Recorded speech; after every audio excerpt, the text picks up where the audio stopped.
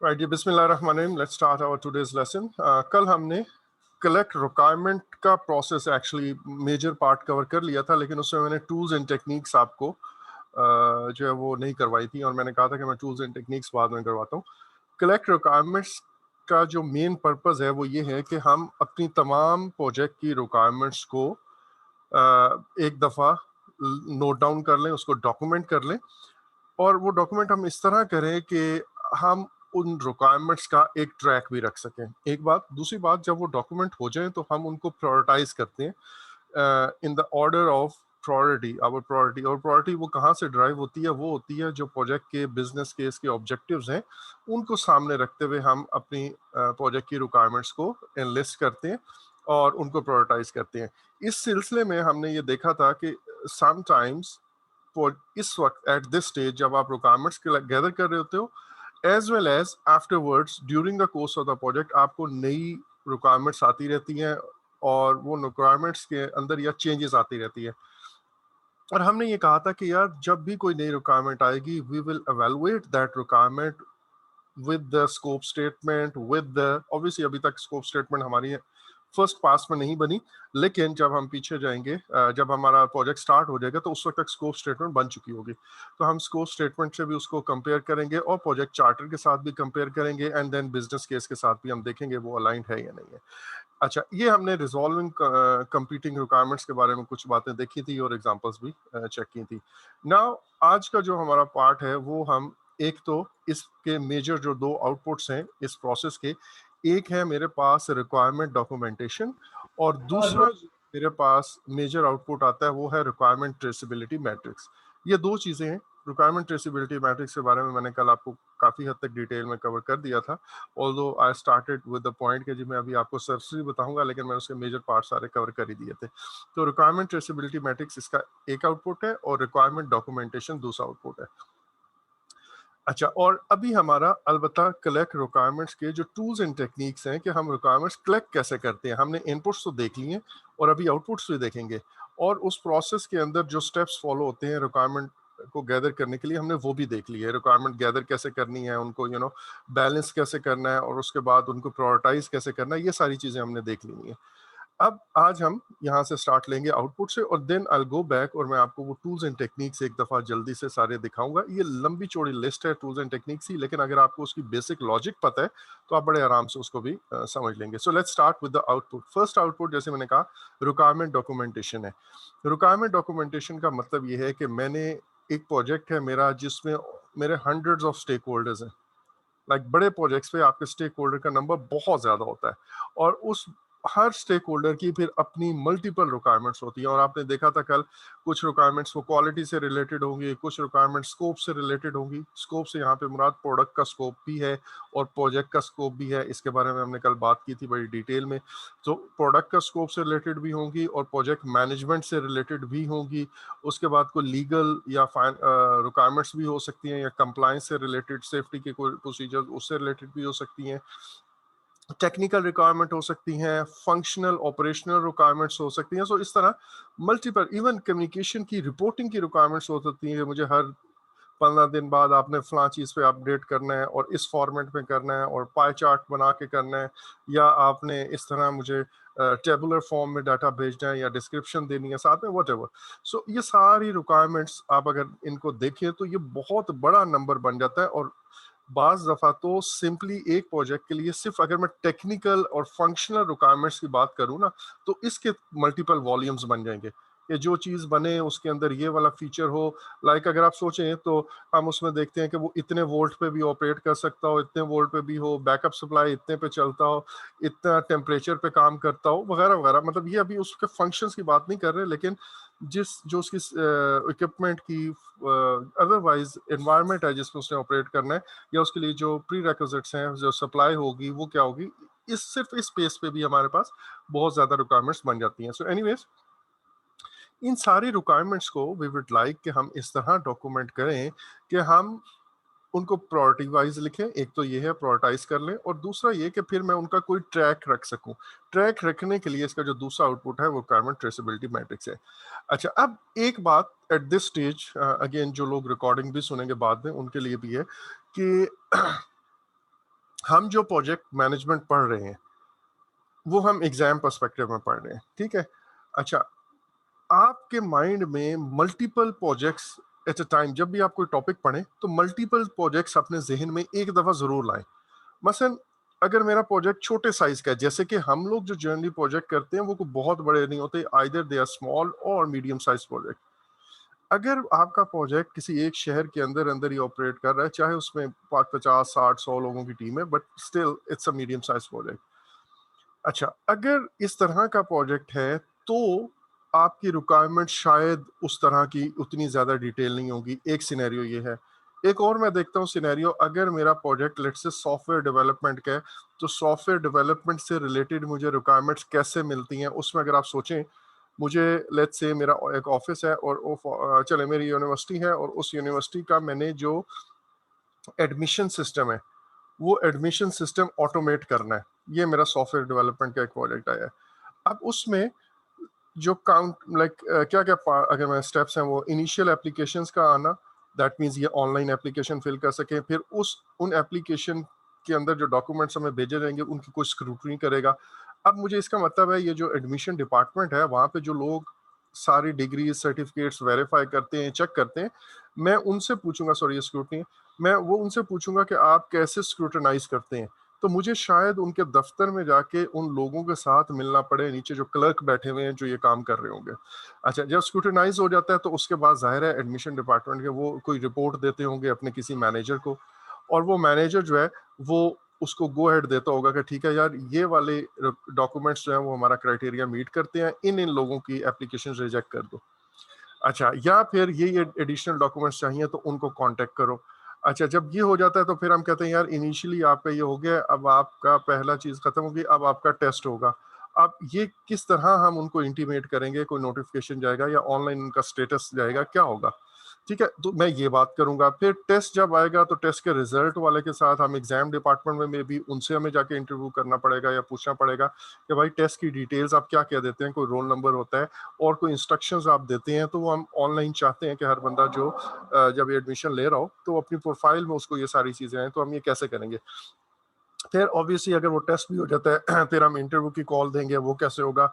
Interview के बाद आपने कुछ फी पे करनी होगी। अब इसका मतलब मुझे अकाउंट डिपार्टमेंट्स में भी जाना पड़ेगा कि भाई आप वो इनवॉइस कैसे जनरेट करते हो और वो ऑनलाइन कैसे पेमेंट करें एंड सो ऑन। सो अब आप देखें कि ये मैंने सिंपली को बड़ी बहुत बड़ा प्रोजेक्ट नहीं है, ये बहुत छोटा सा सॉफ्टवेयर है एक, और इसके लिए मुझे कितने लोगों से मिलना पड़ रहा है, कितने वर्कर से नीचे और मैनेजरियल लेवल पे मिलना पड़ रहा है, बहुत सारे पॉलिसी डिसीजन मुझे टॉप मैनेजमेंट की तरफ से मिलेंगे, और इसके अलावा बहुत सारी चीजें हैं जो मुझे देखनी होंगी।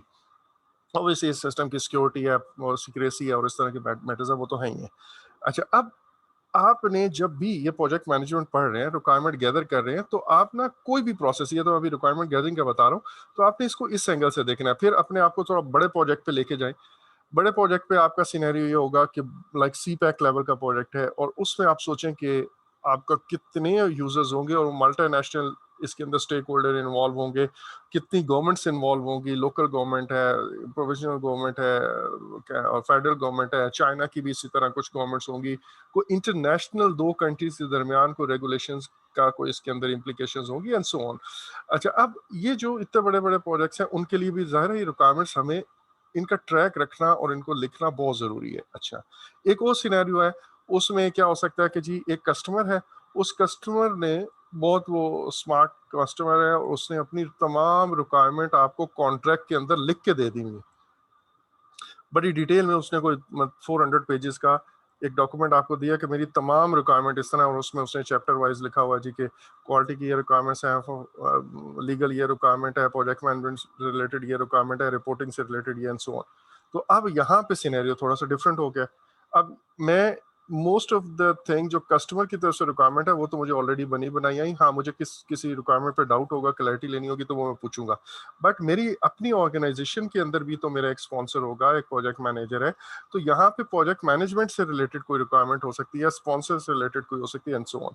सो मैं इन दोनों रिक्वायरमेंट्स को मिक्स करके अपना एक रिक्वायरमेंट डॉक्यूमेंटेशन बनाऊंगा। सो आपने अपने माइंड में ना मल्टीपल सिनेरियोज लिखने हैं कि यार अगर कस्टमर का ये प्रोजेक्ट जो है वो कस्टमर के लिए मैं बना रहा हूँ तो क्या सीन है, अगर ये मैं प्रोजेक्ट अपनी ही ऑर्गेनाइजेशन के लिए बना रहा हूँ तो क्या है, अगर ये छोटे साइज का प्रोजेक्ट है तो क्या है, अगर ये बड़े साइज का प्रोजेक्ट है तो कैसा होगा। ये आपने खुद इन्विजन करना है। मैं मतलब all the time her process के साथ इस तरह एग्जांपल्स देने बैठूंगा तो हम 4-5 महीने में ये काम खत्म कर सकेंगे, ठीक है। सो आई वुड रिक्वेस्ट यू कि आपने इसको एक्टिवली खुद कंसीडर किया करें, सोचा करें, कि इसलिए रिकॉर्डिंग भी मिल जाती है कि बाद में जब आप कर रहे होते हैं क्लास में तो ज़ाहिर है मैं जिस पेस पे चलूंगा आप उसी पे साथ साथ दौड़ते रहेंगे, बट उसके बाद आप डिटेल में ज़रा इन चीज़ों को ज़रूर इन्विजन कर अपने माइंड में सोचें कि यार अच्छा इस किस्म का प्रोजेक्ट था तो क्या होगा, मैं जिस किस्म का करता हूँ उसमें क्या होगा, कोई बड़े लेवल के प्रोजेक्ट्स जो मैंने सुने हुए हैं तो क्या होगा, एक और सिनेरियो उसमें। और ये मैं आपको 2-3 दफा बता चुका हूँ और 1 या 2 दफा मैं और रिपीट जरूर करूंगा ताकि आपके माइंड में ये बात पक्की जो है ना वो आ जाए। वो क्या है कि समटाइम्स आपको वो, बल्कि मैं उस पर जाता हूँ, ठहरिएगा, सॉरी, मैंने जो हमारा, एक मिनट, सॉरी, ये वो प्लानिंग का वो प्रोसेस चार्ट है जिसके बारे में मैं बार बार आपसे कहता रहता हूँ कि भाई आपने इसको लाजमी याद रखना है। वो इसलिए याद रखना है कि इसकी अंडरस्टैंडिंग से ही आप बाकी तमाम प्रोसेसेस समझ सकेंगे। आज मैं 5-10 मिनट इस पे फिर मतलब इस पे नहीं, इन बातों पे लगाऊंगा और उसके बाद आई बी वेरी क्विक नाउ। और उसमें आई वुड रिक्वेस्ट कि आपने लाजमी फॉलो करना है और मेरे साथ साथ चलना है। मैंने आपको प्लानिंग के अंदर बताया था कि फर्स्ट टाइम जब प्रोजेक्ट इनिशिएट होता है, फर्स्ट टाइम इनिशिएट होने के बाद चार्टर बन जाता है और हम स्टेक होल्डर्स को आइडेंटिफाई कर लेते हैं, तो फिर उसके बाद हम प्लानिंग प्रोसेस ग्रुप में आते हैं।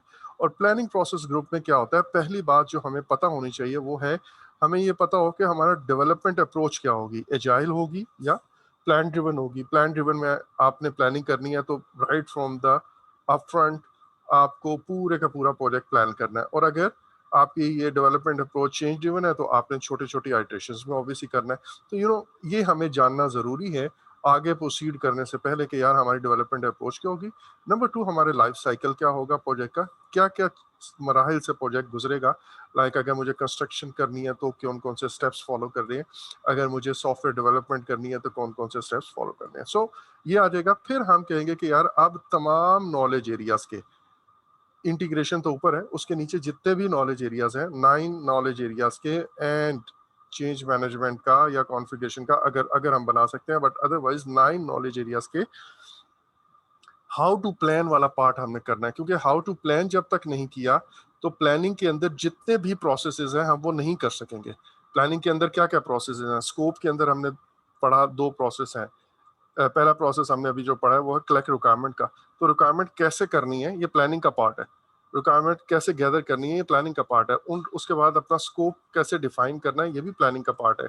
उसके बाद इसके लिए आपको ये जो मैं बातें बता रहा हूँ इसके लिए वो चार्ट क्लियर होना ज़रूरी है कि प्लानिंग के अंदर क्या कुछ आता है, एग्जीक्यूटिंग के अंदर क्या कुछ आता है और मॉनिटरिंग। सो ये सारा प्लानिंग का पार्ट है। तो मुझे हाउ टू प्लान के बारे में I should be very clear, तभी मैं ये प्लानिंग कर सकूंगा।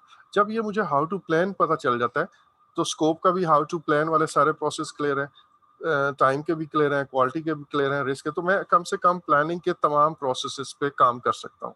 अब मैं आता हूँ कि अच्छा ठीक है मैं रिक्वायरमेंट्स गैदर करता हूँ और जब मेरे पास रिक्वायरमेंट गैदर हो जाएंगी तो फिर उससे मैं स्कोप स्टेटमेंट बनाऊंगा। और ये दोनों टॉपिक ऑब्वियसली ये अभी हमने पढ़ लिया और डिफाइन स्कोप वाला आज हम करेंगे। फिर जब मेरे पास स्कोप आ जाता है, स्कोप स्टेटमेंट आ जाती है, तो मैं ये देखता हूँ कि यार इसमें से कौन सी चीज़ मैं खुद बना सकूंगा और कौन सा मुझे परचेज करना है। बाकी डिटेल्स मैं अभी खुद स्किप कर रहा हूँ। और फिर मैं अपनी एक प्लानिंग टीम बनाऊंगा और उसको मैं कहूँगा कि यार जो जो चीज़ें हमने खुद बनानी है ना वो ज़रा ब्रेक डाउन करें, क्योंकि I am not an expert of everything. मैं तो प्रोजेक्ट मैनेजमेंट का एक्सपर्ट हूँ, तो मुझे जाहिर है अगर कोई वेबसाइट बनानी है तो वो कैसे बनेगी मुझे नहीं पता। कुछ इसमें जैसे अकाउंटिंग के कुछ प्रोसीजर हैं तो उसके लिए अकाउंटेंट से रिलेटेड लोग मुझे चाहिए होंगे, वो मुझे बताएँगे कि यार इसके अंदर ये सब पार्ट, जैसे अभी मैंने आपको वो बताया था कि आप फलां एग्ज़ाम डिपार्टमेंट में जाएँगे और उस डिपार्टमेंट में जाएँगे, ठीक है? तो ये होता है। अच्छा, just give me a break of 1 minute please, sorry.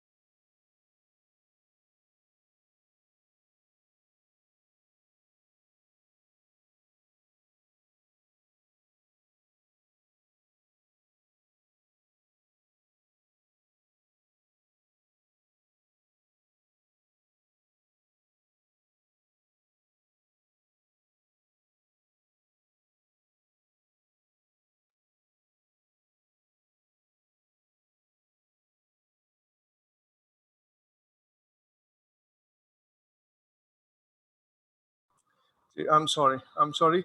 Okay, so जब वो फिर WBS बनता है और WBS के बाद हम आगे WBS dictionary and so on. अच्छा, अब पॉइंट ये है कि फर्स्ट टाइम जब हम ये प्लानिंग कर रहे हैं, सारी प्लानिंग, हम अभी तक हमारा प्लान फाइनल नहीं हुआ। जब प्लान फाइनल होने का मतलब क्या है कि वो प्लान जो ओवरऑल प्रोजेक्ट मैनेजमेंट प्लान है, जिसके अंदर तमाम प्लान्स एंड बेसलाइंस शामिल है, वो अभी लॉक नहीं हुई है, हम इसको ओपन रखते हैं। और जाहिर है अभी एट दिस स्टेज ना मेरे पास रिस्क रजिस्टर बना है। एट दिस स्टेज जब मैं ये बना रहा हूँ ना, मेरे पास लेट्स से अगर मैं ये रिक्वायरमेंट्स गैदर कर रहा हूँ, तो अभी स्कोप स्टेटमेंट नहीं बनी। स्कोप स्टेटमेंट में बाद में बनना है, WBS ने उससे भी बाद में बनना है, और schedule management plan let's say या स्केजुअल जो है वो उससे भी बाद में बनना है। बट होता ये है कि जब मेरा ये प्लान फाइनल हो जाएगा, फाइनल होने के बाद ये लॉक हो जाएगा और ये अप्रूव हो जाएगा, तो उसके बाद प्रोजेक्ट एग्जीक्यूटिंग में चला जाएगा। अब एग्जीक्यूटिंग के अंदर समटाइम्स ऐसा होता है कि आपके पास नई रिक्वायरमेंट आ गई, या कुछ हिस्से जो आपने प्लान नहीं किए थे अब आप प्लान करने चाह रहे हैं 6 महीने बाद लेट्स से। अब उस केस में जैसे ही 6 महीने बाद कहते हैं, लेट्स से मैं 6 महीने बाद, एक बात मैंने ऐसे अधूरी छोड़ी थी उस वक्त कि यार इसके बारे में हम फर्दर, ये जो एक बिल्डिंग ब्लॉक है इसके बारे में हम बाद में देखेंगे। अब वो बाद वाला टाइम आ गया और अब मैंने इसको ब्रेक डाउन किया, तो जैसे मैंने ब्रेक डाउन किया तो इसके बारे में कुछ रिक्वायरमेंट्स मुझे पता चली। अब ये जो रिक्वायरमेंट्स हैं ऑब्वियसली मैं वापस आऊंगा यहाँ पे, अब रिक्वायरमेंट्स जो हैं इनको मैं रिवाइज करूंगा ऑब्वियसली इनको इंक्लूड करने के लिए। अच्छा, और फिर मैं अपनी स्कोप स्टेटमेंट भी चेंज करूंगा और उससे रिलेटेड WBS भी। यहाँ पे जो मेरे इनपुट्स आ रहे हैं, अब मेरे पास पूरे का पूरा प्रोजेक्ट मैनेजमेंट प्लान एंड बेसलाइंस, वो सारी की सारी इनपुट पे आ सकती हैं। ठीक है, सो दैट मीन्स कि अगर आपकी बुक के अंदर लिखा हुआ है इनपुट पे एट दिस स्टेज कि आपने project management plan as an input आया है, और आपको पता है कि फर्स्ट टाइम तो अभी प्लान बना ही नहीं है, तो ये इनपुट पे कैसे आ गया? तो ये आपने खुद एवेलुएट करना है कि गिवन, और ये एग्जाम क्वेश्चन के अंदर भी कि यार इस वक्त गिवन क्वेश्चन क्या कह रहा है। क्या गिवन क्वेश्चन आपको ये कह रहा है कि फर्स्ट टाइम प्लान हो रहा है, लाइक इस तरह की स्टेटमेंट है दैट यू हैव कंप्लीटेड और initiated the project and entered into the planning phase या प्लानिंग प्रोसेस ग्रुप या whatever, and you are currently planning, तो इसका मतलब ये है कि ये पहली दफा प्लान हो रहा है। और अगर इस तरह है कि you are working on a project और उसमें इतना मंथ हो चुके हुए हैं, और ड्यूरिंग दैट यू रियलाइज कि जी आपका एक प्लानिंग का हिस्सा जो है वो आप फर्दर एलाबोरेट करते हो और उसके वजह से कुछ रिक्वायरमेंट्स ऐड होती हैं। अब इसका मतलब, ये जो दूसरा सिनेरियो मैंने बोला, इसका मतलब ये है कि प्लान फाइनल हो चुका है, और अब उसी प्रोसेस के इनपुट पे कुछ और चीजें आएंगी, और उसमें मेरा अप्रूव मैनेजमेंट प्लान होगा ऑलरेडी, उसमें अप्रूव बेसलाइंस होंगी ऑलरेडी, उसमें ये जो हमने रिस्क रजिस्टर बनाया हुआ है वो होगा। फर्स्ट टाइम ऐसी चीजें नहीं होंगी। तो ये आपने हमेशा कोई भी प्रोसेस पढ़ते हुए जरूर इस चीज को देखना है कि यार ये फर्स्ट टाइम हो रहा है या ये हम पहले भी कर चुके हुए हैं, मतलब ये प्रोसेस जो है एग्जीक्यूटिंग के दौरान हम कर रहे हैं। ओके, सो हमने देखा रिक्वायरमेंट डॉक्यूमेंटेशन की बात की कि रिक्वायरमेंट के अंदर मल्टीपल रिक्वायरमेंट्स आ रहा है हर प्रोजेक्ट की, जैसे मैंने आपको 4-5 डिफरेंट सिनेरियो बताए, आपका रिक्वायरमेंट डॉक्यूमेंटेशन डिफरेंट हो सकती है, बट एक चीज लाजमी हर रिक्वायरमेंट के अंदर होनी चाहिए, और वो है acceptance criteria. This is very important. ये अगर आपने क्लियरली डिफाइन कर लिया कि मेरा एक्सेप्टेंस क्राइटेरिया क्या होगा, तो आप बहुत सारे इश्यूज एंड कॉन्फ्लिक्ट से बच जाते हैं, बहुत सारे रीवर्क से बच जाते हैं। फॉर एग्जांपल अगर मैं आपको ये कहता हूँ कि यार एक वेग टर्म बात करता हूँ कि यार हमारे इसकी ना फिनिशिंग प्रोजेक्ट के अंदर शामिल है। नो, फिनिशिंग में क्या कुछ आएगा? आप कब कहेंगे कि यार ये फिनिशिंग हो गई है? How would you check this thing? आपका ये एक्सेप्टेंस क्राइटेरिया जो है ना वो बहुत इंपॉर्टेंट। अगर ये क्लियरली स्टेटेड है कि हम फिनिशिंग तब समझेंगे हो गई जब कि ये 2 3 4 5 काम हो गए, तो हम समझेंगे कि फिनिशिंग अचीव हो गया है। तो उससे क्या फायदा होता है कि आखिर पे जो भी रिक्वायरमेंट को, जिसकी भी आपने रिक्वायरमेंट मीट की है, आप उसको दिखाते हो जी ये देख ले हमने कर लिया है, तो फिर आपका कोई कॉन्फ्लिक्ट वहां पे राइज नहीं होता, बिकॉज आपने पहले ही क्लियरली क्लियरली डिफाइन किया हुआ कि भाई ऐसा होगा, तो ये जो है मैं इसको कंसीडर समझूंगा कि मेरी रिक्वायरमेंट मीट हुई है। अगर ऐसा ना हुआ, I will not accept this as completed requirement. ठीक है, सो ये आपने रिक्वायरमेंट डॉक्यूमेंटेशन में लाजमी लिखना है कि वो क्या चीज है, और हाउ वुड यू गेज और मेजर द कंप्लीशन और successful completion of your requirement. वो जो भी रिक्वायरमेंट आपकी मीट हो रही है उसकी बात हो रही है। अच्छा, अब दूसरी बात, जैसे मैंने अभी कहा कि रिक्वायरमेंट के अंदर 2-3 मसले आते हैं। एक तो ये कि रिक्वायरमेंट मिस हो सकती है। एक ये है कि रिक्वायरमेंट मिस नहीं होती, लिखी ज़रूर जाती है, पर स्किप नहीं हुई। आपने लिखा तो है, लेकिन उसके बारे में डिफरेंट अंडरस्टैंडिंग है। कस्टमर या जिस बंदे ने वो रिक्वायरमेंट दी, उसके माइंड में कुछ और था और आपके माइंड में कुछ और उसका इमेज है। So it's always good to know कि यार आप कैसे कहेंगे। जैसे अभी मैंने कहा, एक्सेप्टेंस क्राइटेरिया अपना ज़रूर आप डिफाइन करेंगे। एक और है कि रिक्वायरमेंट के अंदर कुछ ना कुछ कमी बेशी होते जाती है।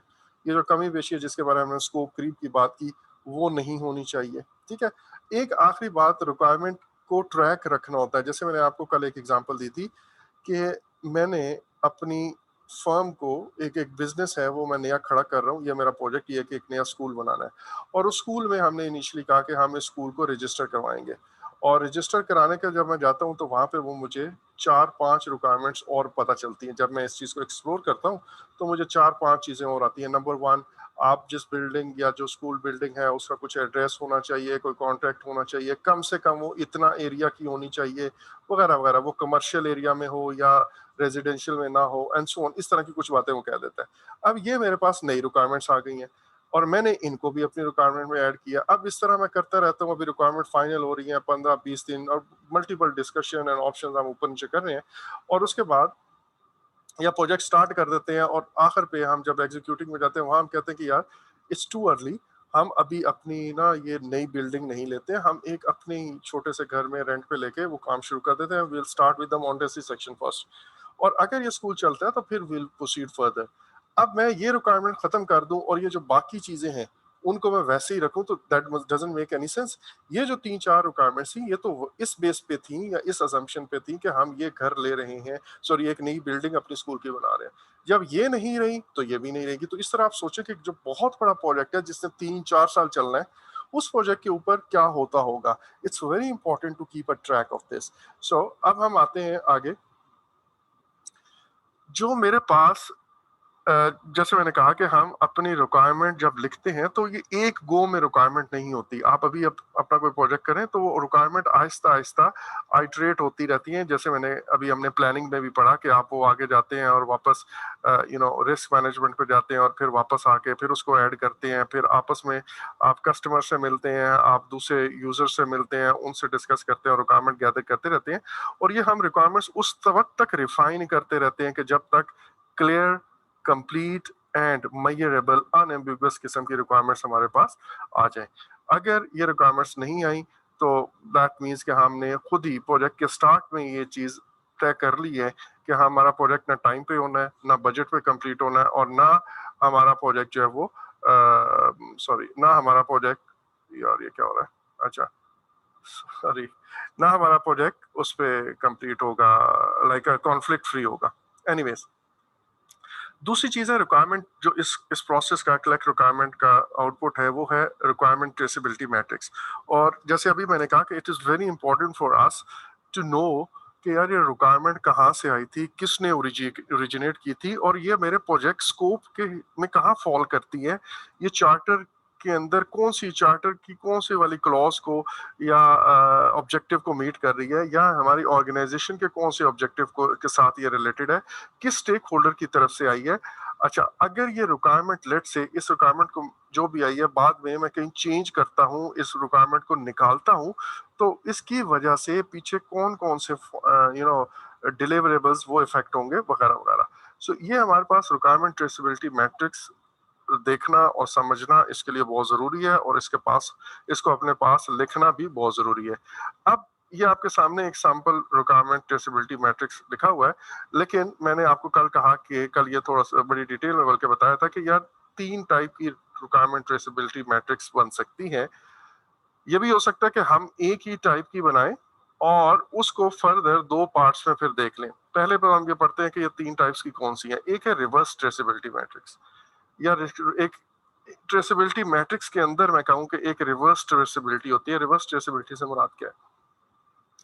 ये मेरे पास एक रिक्वायरमेंट है and I want to trace back, ये रिक्वायरमेंट ओरिजिनेट किसने की थी, कौन सा स्टेक होल्डर था, किस बैक पे, ये कौन से वाले मेरे WBS एलिमेंट के साथ एसोसिएटेड है लेट से, या बैक पे ये कौन से प्रोजेक्ट ऑब्जेक्टिव के साथ को ये मीट करती है, या और कौन सा बिजनेस ऑब्जेक्टिव है उसके साथ ये लिंक्ड है। तो ये मैंने बैकवर्ड ट्रेसेबिलिटी मैट्रिक्स की। दूसरा मेरी एक फॉरवर्ड ट्रेसेबिलिटी होगी। फॉरवर्ड ट्रेसेबिलिटी ये होती है कि आई वांट टू नो कि जी ये रिक्वायरमेंट मैं किस फीचर के थ्रू, किस फंक्शन के थ्रू, किस डिलीवरेबल के थ्रू मीट कर रहा हूँ, मैं क्या ऐसा काम कर रहा हूँ कि मेरी ये रिक्वायरमेंट मीट हो जाए।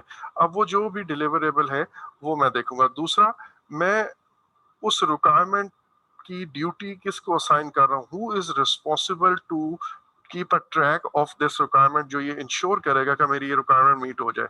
इसी तरह मैं ये भी देखना चाहूंगा कि यार मेरी इस रिक्वायरमेंट का सबसे इंपॉर्टेंट बात, जैसे अभी मैंने लास्ट कहा था, कि मेरा टेस्ट केस क्या होगा।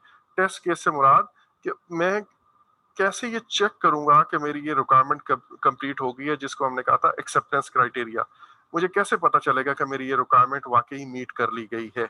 सो ये है forward traceability matrix, forward traceability sorry. और मैं क्या करता हूँ कि मैं ये चाहता हूँ कि मेरी ये दोनों टाइप की ट्रेसेबिलिटी हो मेरी एक ट्रेसेबिलिटी मैट्रिक्स में, जिसको आप बाई डायरेक्शनल ट्रेसेबिलिटी मैट्रिक्स कहते हो। अच्छा, अब दैट मींस ये मेरी रिक्वायरमेंट शुरू में है, and these I shall be able to link these requirement with the project objective, with the business objective, और forward path में I should see कि यार ये किस डिलीवरेबल की शक्ल में ये रिक्वायरमेंट इमर्ज हो रही है और उसके टेस्ट केस क्या होंगे। इसका फायदा हमें ये होता है कि बाद में कोई चेंज रिक्वेस्ट आ जाती है, कोई रिक्वायरमेंट अगर मीट नहीं होती, तो हमें बिल्कुल क्लियर पता होता है कि यार अगर ये रिक्वायरमेंट मीट नहीं हुई तो मेरे कौन कौन से डिलीवरेबल इफेक्ट हो रहे हैं, मेरे कौन कौन से प्रोजेक्ट ऑब्जेक्टिव मीट नहीं होंगे एंड सो ऑन। ठीक है। सो ये है जी हमारा ट्रेसेबिलिटी, रिक्वायरमेंट ट्रेसेबिलिटी मैट्रिक्स का होना प्रोजेक्ट के लिए। एग्जाम के लिए आपके लिए जो समझना जरूरी है वो ये है कि आपको ये पता हो कि रिक्वायरमेंट ट्रेसेबिलिटी मैट्रिक्स क्या करती है। रिक्वायरमेंट ट्रेसेबिलिटी मैट्रिक्स रिक्वायरमेंट्स को लिंक करती है, और किसके साथ लिंक करती है, बैकवर्ड जाऊं तो ऑब्जेक्टिव के साथ, और या फिर ये रिक्वायरमेंट पीछे किसी और रिक्वायरमेंट की वजह से जनरेट होती है। जैसे अभी मैंने आपको एक एग्जांपल दी थी कि एक रिक्वायरमेंट है, मैंने इसको रजिस्टर कराना है, तो उसकी वजह से कुछ रिक्वायरमेंट्स और जनरेट हो जाती हैं, तो वो बैकवर्ड किसी रिक्वायरमेंट के साथ मिल जाती है। या फिर हम ये देखते हैं कि यार वो आगे फॉरवर्ड पाथ पे किस तरह होती है। अब हर रिक्वायरमेंट को हम एक आइडेंटिफिकेशन नंबर दे देते हैं, उस रिक्वायरमेंट को हम किसी के जिम्मे लगा देते हैं। इसको आप कह सकते हो रिक्वायरमेंट ओनर। मैं कोई भी रिक्वायरमेंट ओनर या रिक्वायरमेंट के लिए रिस्पॉन्सिबल बंदा डाल दूंगा, और वो फिर मुझे बताएगा कि और ही और she would be responsible to keep a track of that requirement, और वो इंश्योर करेगा कोई रिक्वायरमेंट लाजमी मिले। इसका फायदा ये होता है, इसका फायदा ये होता है कि रिक्वायरमेंट आपकी दरमियान में गुम नहीं होती, और प्रोजेक्ट मैनेजर एक एक रिक्वायरमेंट के पीछे खुद नहीं भागता। रादर उसे रिपोर्ट करने के लिए, नीचे उसको हेल्प करने के लिए बहुत सारे लोग आ जाते हैं, जो हर कोई अपनी अपनी रिक्वायरमेंट का जिम्मेदार हो जाता है। ठीक है। So this way project manager के पास एक लंबा चौड़ा वो बच जाता है, वो टाइम बच जाता है, एफर्ट बच जाती है। एक और बात वो ये कि समटाइम्स, एंड बड़े प्रोजेक्ट्स में तो ऐसे ही है ऑल द टाइम्स ऑलमोस्ट, कि रिक्वायरमेंट्स इतनी ज्यादा होती हैं कि हम रिक्वायरमेंट ट्रेसेबिलिटी के कितने कितने कॉलम बनाएंगे, आप उसके अंदर क्या कुछ लिखोगे, बहुत ज्यादा इंफॉर्मेशन भी रीडेबल नहीं रहती। तो ऐसे केसेस में हम सम टाइम, जैसे WBS का एलिमेंट है और इस तरह की बातें निकाल देते हैं, हम मोटी मोटी 4-5 चीजें रखेंगे, लेकिन वहां पे कोई नंबर या कोड ऐसा लगा देंगे कि अगर मुझे डिटेल में जाके देखना हो तो मैं वापस जाके देख सकूं। ठीक है। तो ये एक इजी टू रेफरेंस टूल बन जाता है इस केस में, जो मैंने सिनेरियो बताया कि हम उसको हाई लेवल पे अपनी क्लैरिटी के लिए, अपनी ईज के लिए ज्यादा डिटेल उसके अंदर नहीं डालते हैं। अच्छा, ये असाइनिंग रिस्पॉन्सिबिलिटी वाले मैंने आपको बात बता दी हुई है।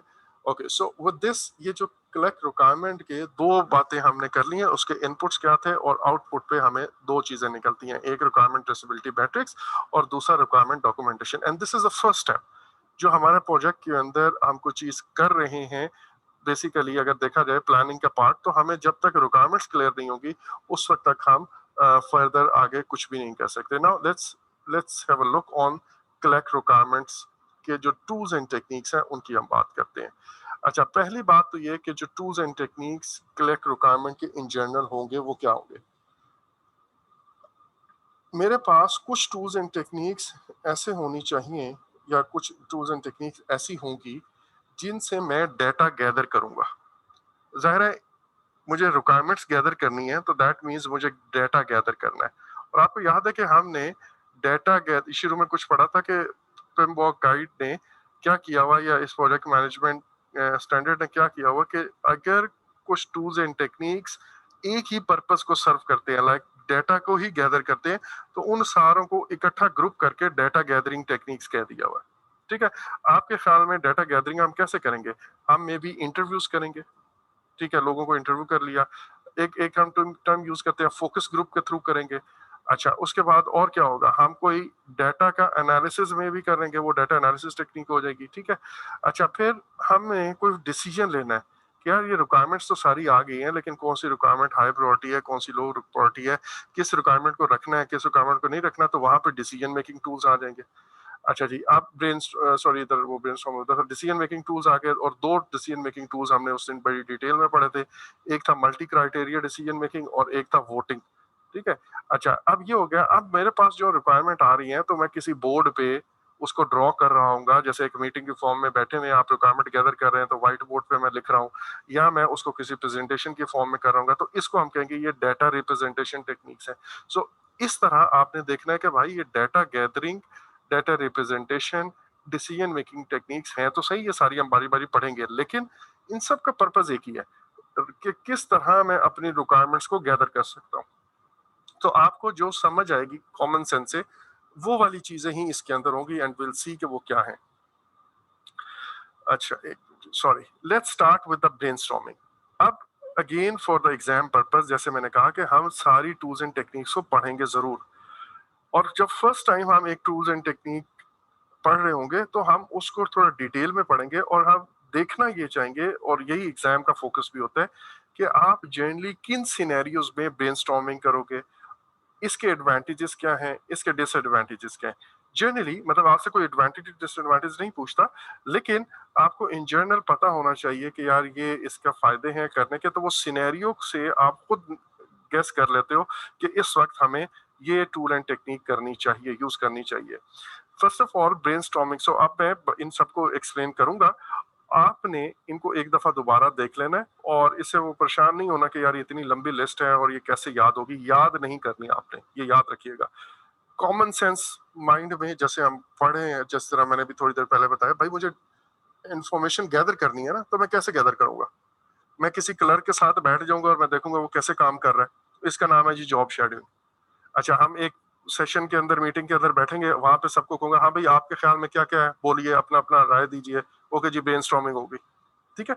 सो है कॉमन सेंस यही, लेकिन उसके बारे में कि ब्रेनस्टॉर्मिंग कब करेंगे, लेट्स से मुझे डाटा या रिक्वायरमेंट गैदर करनी है फ्रॉम मल्टीपल यूजर्स, बहुत लंबे चौड़े यूजर्स हैं, थाउजेंड्स में स्कैटर्ड है, तो जाहिर है मैं फिर इंटरव्यू तो नहीं कर सकता, मैं फिर वहां पे वो क्वेश्चनर बांटूंगा, सर्वे करूंगा, को इस किस्म की रिक्वायरमेंट गैदर करने के लिए मेथड करूंगा, तो है ये भी डाटा गैदरिंग। बट ये किस सिनेरियो में यूज हो रही है? जब सिनेरियो आपको बताएगा जब आपके यूजर्स बहुत ज्यादा हैं, या जिनसे आपने इंफॉर्मेशन या डाटा गैदर करना है या रिक्वायरमेंट गैदर करनी है, वो बहुत ज्यादा नंबर पे और बहुत बड़े एरिया पे स्कैटर्ड है, तो वहां पे आप इंटरव्यू करोगे। अब मैं आपको ऑप्शन देता हूँ, इंटरव्यू कर लो, ब्रेनस्टॉर्मिंग कर लो, या क्वेश्चनर और सर्वे वाला टेक्निक यूज कर लो, तो ऑब्वियस सी बात है क्वेश्चन एंड सर्वे करेंगे आप, ठीक है। सो इस तरह आपने कुछ लिंक्स अपने माइंड में रखने कि यार किस सिनेरियो में कौन सी टेक्निक यूज कर रहा हूँ। So now let's start with the brainstorming.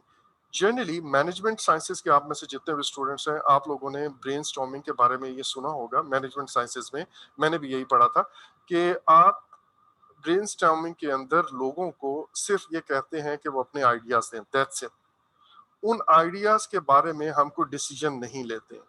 Brainstorming में हम ये पढ़ते हैं, जो मैनेजमेंट साइंसेज है उसमें हम पढ़ते हैं, लेकिन प्रोजेक्ट मैनेजमेंट के अंदर आपने याद रखना है कि ब्रेनस्टॉर्मिंग में सिर्फ आइडिया जनरेशन नहीं है, बल्कि ब्रेनस्टॉर्मिंग के दो हिस्से हैं। पहले हिस्से में आइडिया जनरेशन है, उस वक्त जिस बंदे के माइंड में जो आइडिया आ रहा है वो बोल देगा, उसमें आप किसी को क्रिटिसाइज नहीं करोगे कि how stupid you are talking about, और talking in this about this requirement, या ये यार कैसे हो सकता है, ये तो बिल्कुल अजीब सी बात है, वगैरह वगैरह। आप किसी को क्रिटिसाइज नहीं करते हो, आप सारी रिक्वायरमेंट्स गैदर कर लेते हो।